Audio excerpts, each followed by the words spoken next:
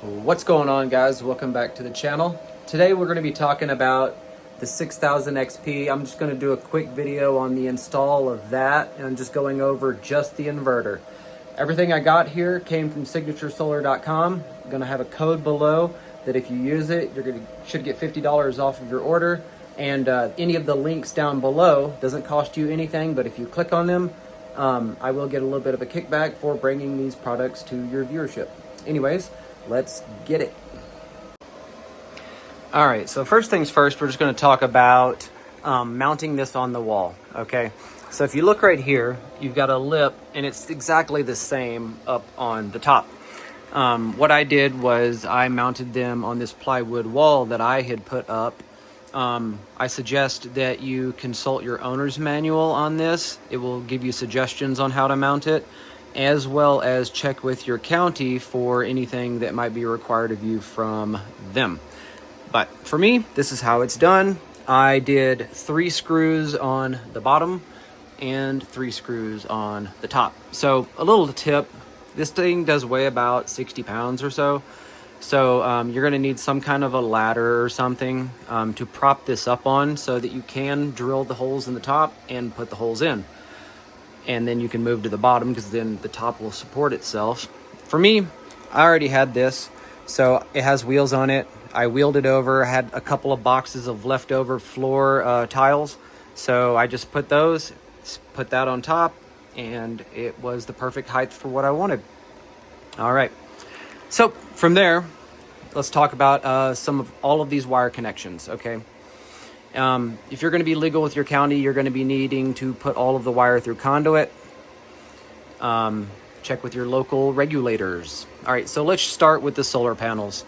So the solar panels, they come in over here on this side. Back there it says PV input. You can't see it. There's string 1, string 2. And positive, negative, okay? That I have running through the conduit all the way to another emergency cutoff there, and then out to the solar panels. If you are going to be hooking up a generator to charge your system at any point, you would just put the hot leg 1, hot leg 2, neutral and ground on those bars there. Same for the grid. If you're living somewhere where you actually have grid power and you want the grid power hooked up to this for some sort of reason, you could do the same. Hot leg 1, 2, neutral and ground there. Okay, so this is the load center. All right, now that one is on and that one is wired up because I'm fully off grid, and the loads are your hot 1, 2, neutral, ground going through the conduit and connecting to the sub panel here, which then goes to my power pole outside. So you positive and negatives, you want that as well.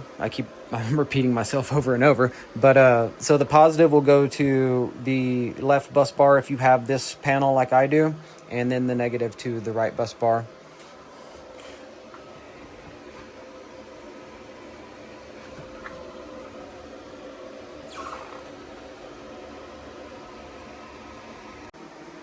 And then the communication between the batteries on your battery rack like this, if this is what you used as well, the rack will have a main battery, and from the main battery you want that to go from your communication there, which is the top plug. I have it ran through the back, which is this conduit here, and up through here, so it goes right there for battery comm. Okay, and if you've got more than one inverter like me, you will also be using the parallel.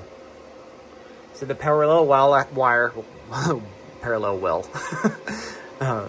wire, I have this hole back here I actually drilled, so I would suggest getting some hole saws because you may need a smaller hole or you may need a bigger hole.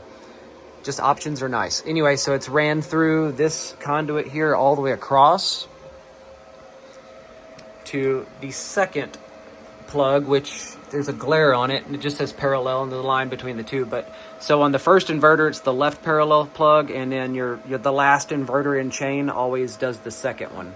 So if you have 3 of these, it would be first, and then second for those paralleling options. And then just consult the manual because it'll tell you if you need to go further than that. But let me just talk about the inverter for a second. the thing that makes this thing so easy is you have breakers for everything. Like you have this breaker for the battery, so there's no need for one in line somewhere. You have all of these breakers, so there's no need for them to be in line somewhere. You got an emergency shutoff here for the solar panels, which really makes that obsolete, but I have it anyway for the safety measure. And if you're using more than one inverter, you will need to go into the settings and turn the parallel on and the battery share on for both inverters. This thing is so nice. I'm gonna have to do a completely separate video on the communications for this so that you can look at your system through the app or on your desktop or laptop or whatever. But yeah, so I think we're good to go on this one. Let me know what you think below. Peace.